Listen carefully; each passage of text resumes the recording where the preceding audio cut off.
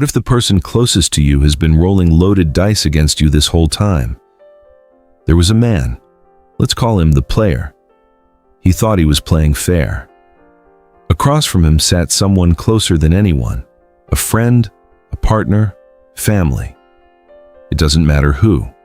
What matters is this: that person never announced the rules. They just studied him, quietly, looking for exactly one lever: fear, guilt, or shame. Once they found it, the game began. 5 moves, 5 tactics. Let's name them.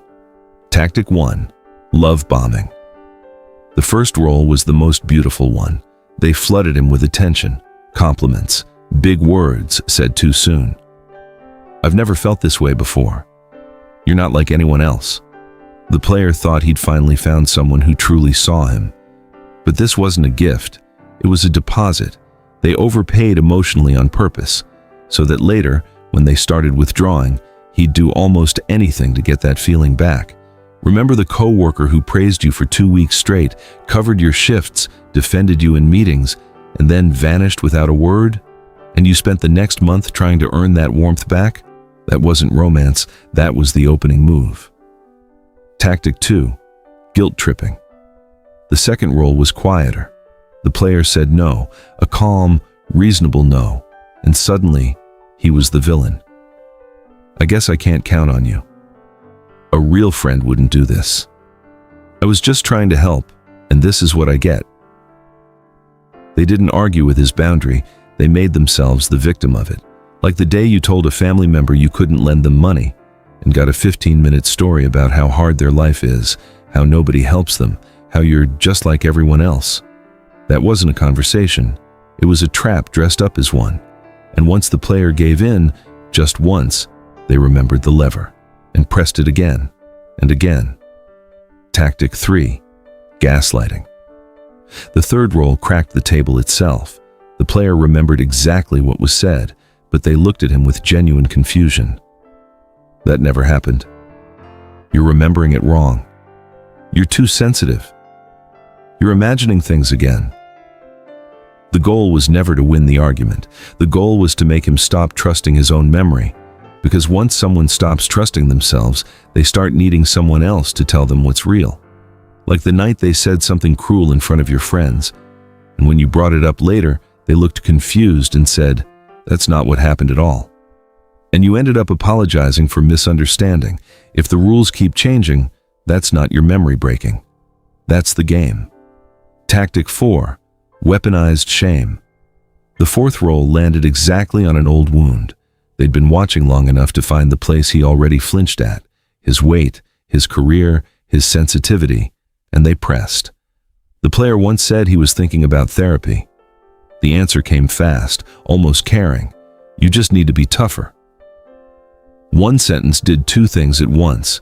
It shamed him for trying to grow, and it protected them, because someone who's healing is much harder to control than someone standing still.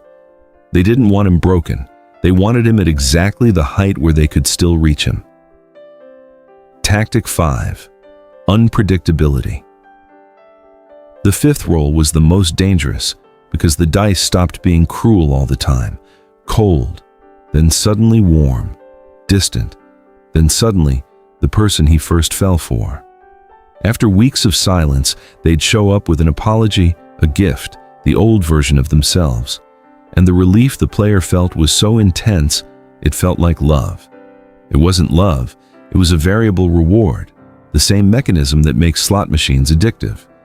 The brain stops craving kindness, it starts craving the next roll, and the player kept playing, hoping this time the dice would land different. Pause for 1 second. Think of one person in your life right now. Ask yourself 3 questions, quietly. After I set a boundary, do I feel guilt or respect? Do I ever doubt my own memory specifically around this person? Does the good behavior come consistently, or only right when I'm about to walk away? If you hesitated on any of those, that's not paranoia.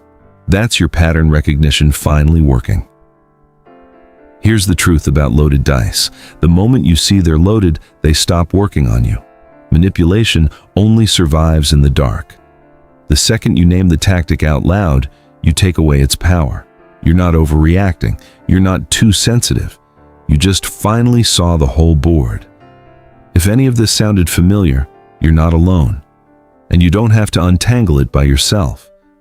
Talking to someone you trust, or a professional who knows how to listen, often makes the pattern clearer than any video ever could. Tell me in the comments, which tactic hit closest to home? Love bombing, guilt, gaslighting, shame, or the unpredictability?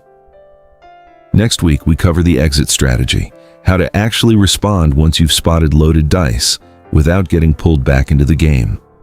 Subscribe to Rolling Dice Theory, because once you learn to spot a rigged face, no one gets to roll it against you again.